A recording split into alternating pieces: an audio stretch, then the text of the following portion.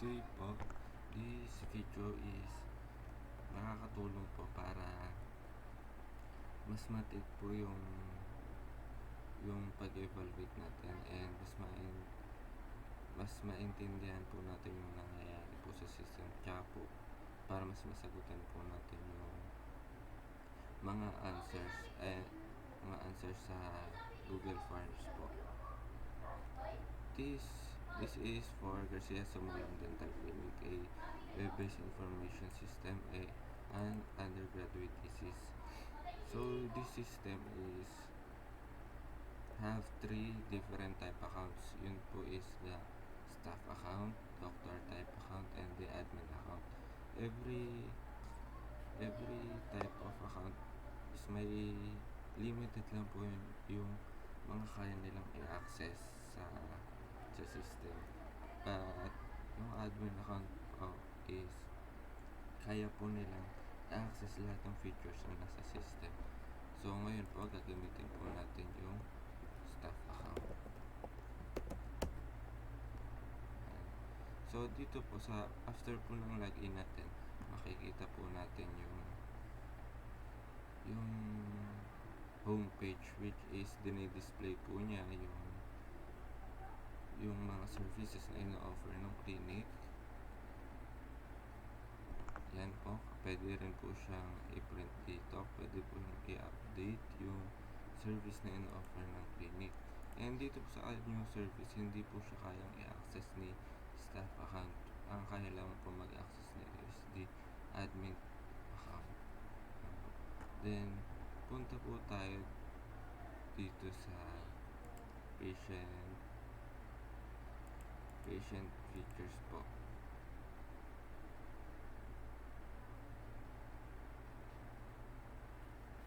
Dito po makita po natin yung mga records ng patient na mayroon na pong records doon po sa dental clinic. Makikita po natin yung dental chart nila, makita po natin yung mga previous transaction, ma-update din po natin yung mga personal information, dental history, and the medical history, para po makita din po natin yung buong dental record ni patient. Ano po. And it is also printable. Ano po. Dito naman po sa pag-register natin ng patient,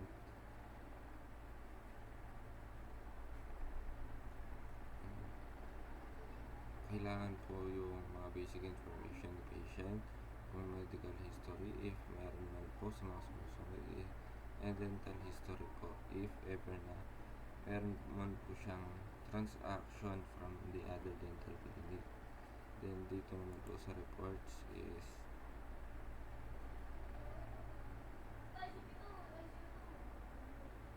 makikita po natin yung mga profit ng clinic every month. And for the sales track for this month po, makikita po natin yung mga nagpa-check up for the current month na may participation po dun sa profit dun po sa annual chart.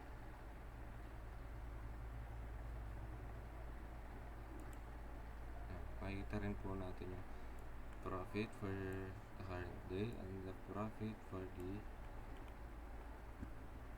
current month. And yung staff account rin po is makakapag-add din po siya ng appointment or makakapag-schedule din po siya ng appointment for the dental clinic.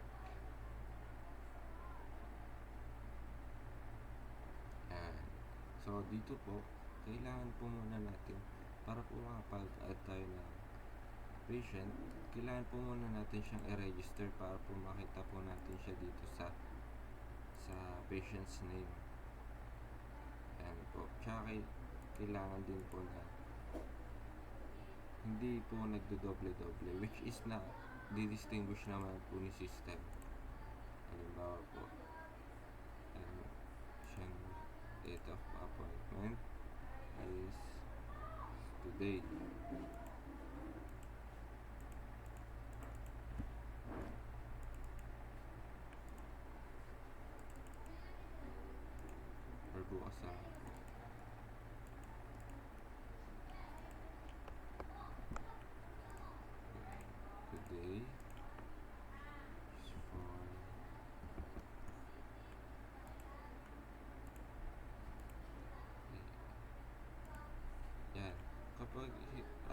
opening time po kasi ng dental clinic is 8 a.m. to 5 p.m. Pag hindi po siya pumasok doon, hindi po siya iaalaw ni system na schedule sa ganong oras. Then, tatry po natin si 8 a.m. Yan. Iaalaw na po siya ng system because ayan po yung working hours ng dental clinic. So, dito po sa appointment module, makikita.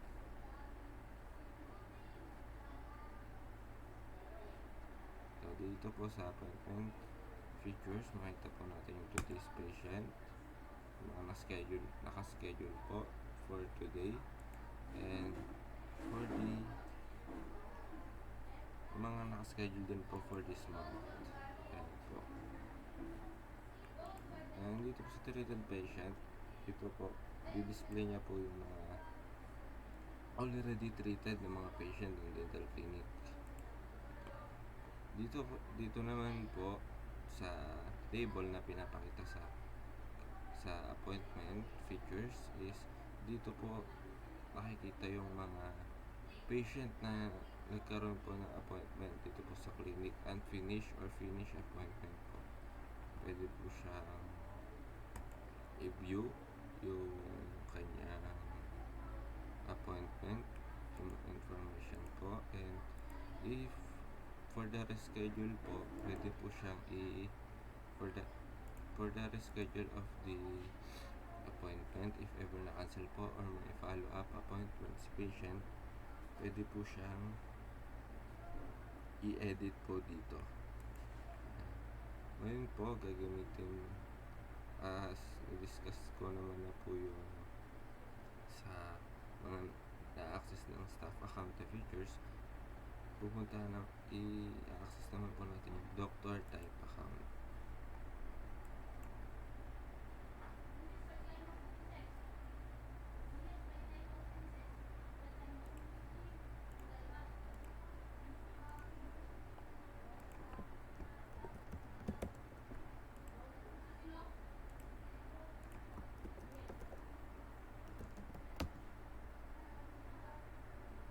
Yan. So, katulad din po ng staff account, may mga na-access dito rin po siya nagland sa homepage, which is sa doctor's folder po. Kaya na po niya mag-add ng service po. And then, ang na-add lang naman po dito sa doctor type account is the doctor's folder. Kaya dito po.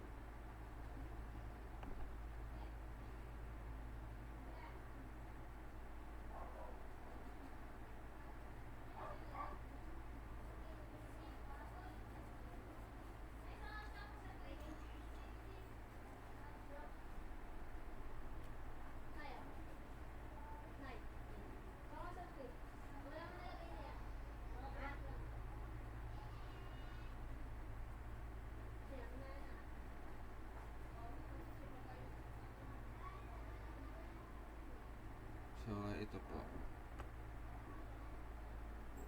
Dito po sa table na to is makita po natin yung mga nakaschedule na patient for the current day. Yan. Dito po, ito po, makita po natin yung nakaschedule na patient for the current day, and mabubuyo po natin yung kanyang mga information. Dental history, and the medical history. And after the treatment po, the system is natutulungan nyo po si user para ayusin po yung billing niya. Dito na po mag-start yung billing. Mag-enter po ng amount si user, which is yan po yung kanyang mga tinik na services dito po sa clinic. Dito po isa yung kaya po niyang mag-enter ng multiple type of services.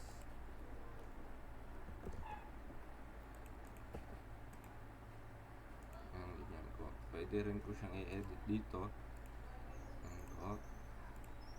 And If ever na nasettle na po yung payment ni patient, this will be isiselect po ni user yung settle transaction. Pero kung hindi pa po nasisettle yung payment, diretso po siya dito sa unsettled payment, settled patient. Kapag natapos na po yung araw, tapos hindi niyo po nababayaran, dito po siya diretso sa unsettled patients.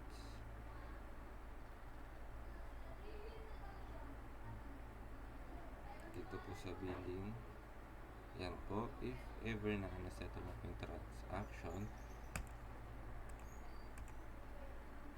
yan po, yan, i-display po ito pong, itatanungin po siya ng system if ever na gusto pong i-print ng user yung bill report po ni patient. Yan po. Pero hindi naman po, pwede naman po siyang i-cancel. Ito pong legend is ginagamit po siya para sa dental chart. Yan. Ngayon po, mag-add po tayo.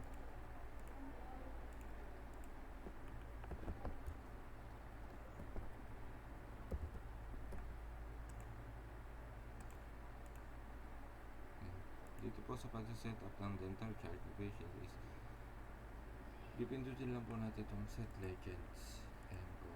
Ito po yung mga complication na sinaset ng mga dentist per tooth po ng patient. Example po is EX, assign po natin siya sa tooth number 12, first quadrant 2. Ayan po. Yan, nagkaroon na po siya ng EX. Kaya po natin mag-set ng multiple type of condition per tooth po.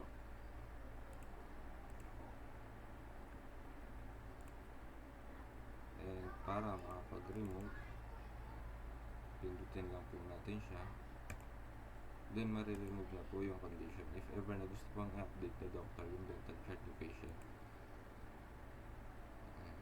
Tapos susubukan naman po natin gamitin yung admin type account ng system.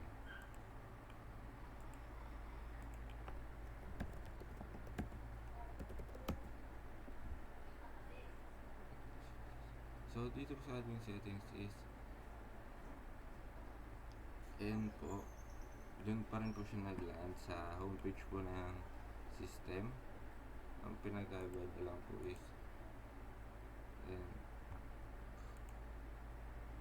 ayan po, kaya niya po makita yung mga users ng system information, kaya din po niya i-update. So sa system po nito is sa admin type account lang po tayo nakakapag-add ng panibagong user. Ayan po. Tapos dito po sa reports, makapag-print po siya. Bali, sa admin settings, admin type account po is kaya niya pong i-access lahat po ng features ng system. Then proceed naman na po tayo sa pagsasurvey po ng system.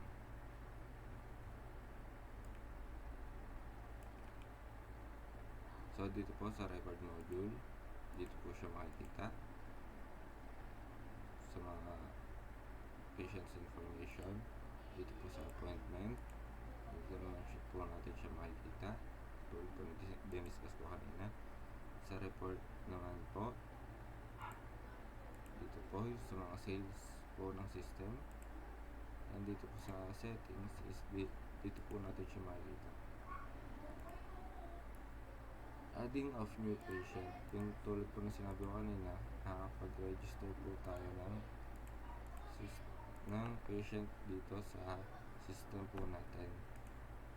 Adding and updating of patients dental and medical records. Yan.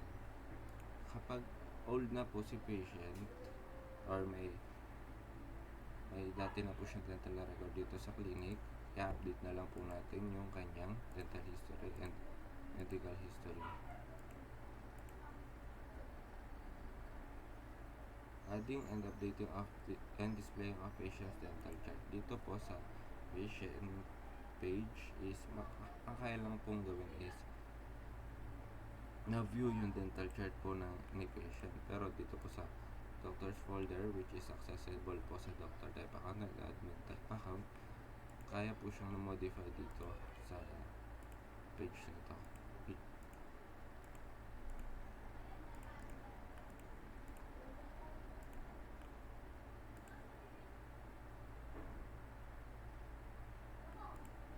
Dito naman po sa creating of patient's bill, dito po siya nangyayari sa doctor's folder. So, create ang billing.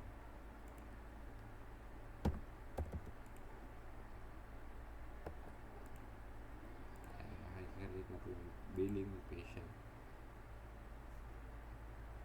Displaying the clinics available and available appointment.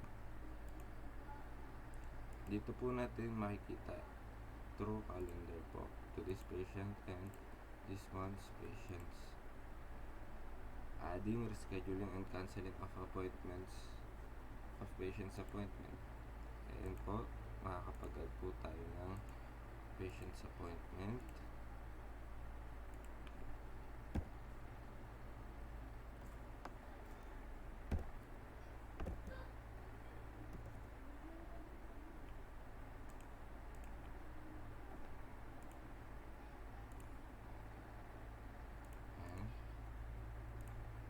Pag-reschedule din po tayo.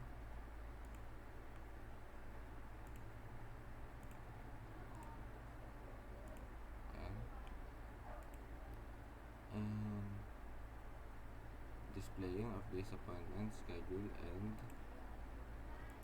dito po, display of this schedule appointment and sales report. Then dito po siya sa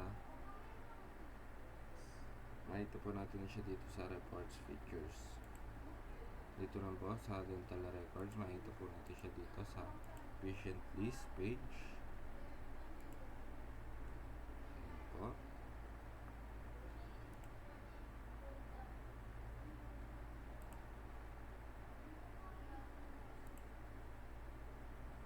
Patient's payment details. Then dito po yung patient's payment details. Ayan po. Printable din po siya kapag natapos na po yung transaction ng patient. Ayan po.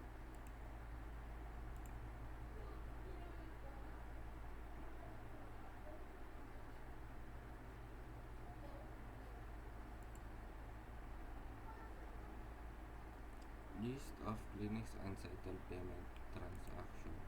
Ayan, dito po natin siya makikita sa doctor's folder. Mga unsettled payments, patients po.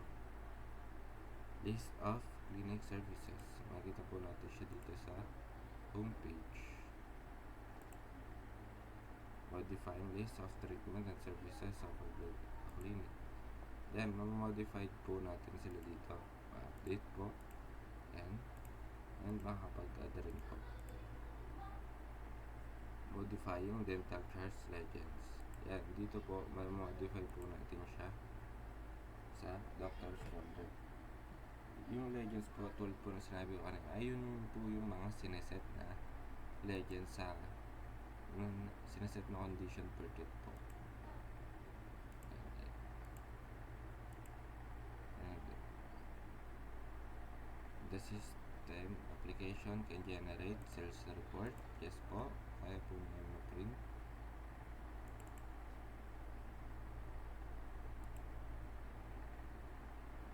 Dental records.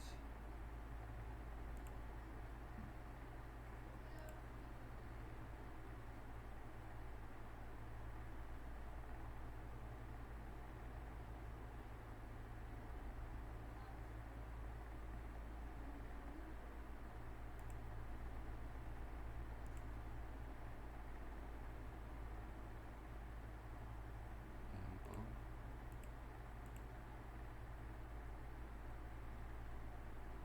Patient's payment details.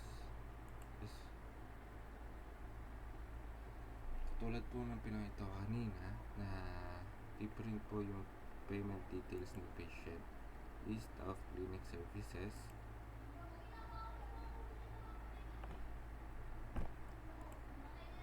Ayan po, napiprint po siya.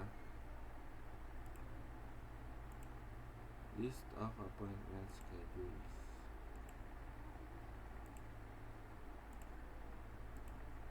Ayan, napiprint din po sila.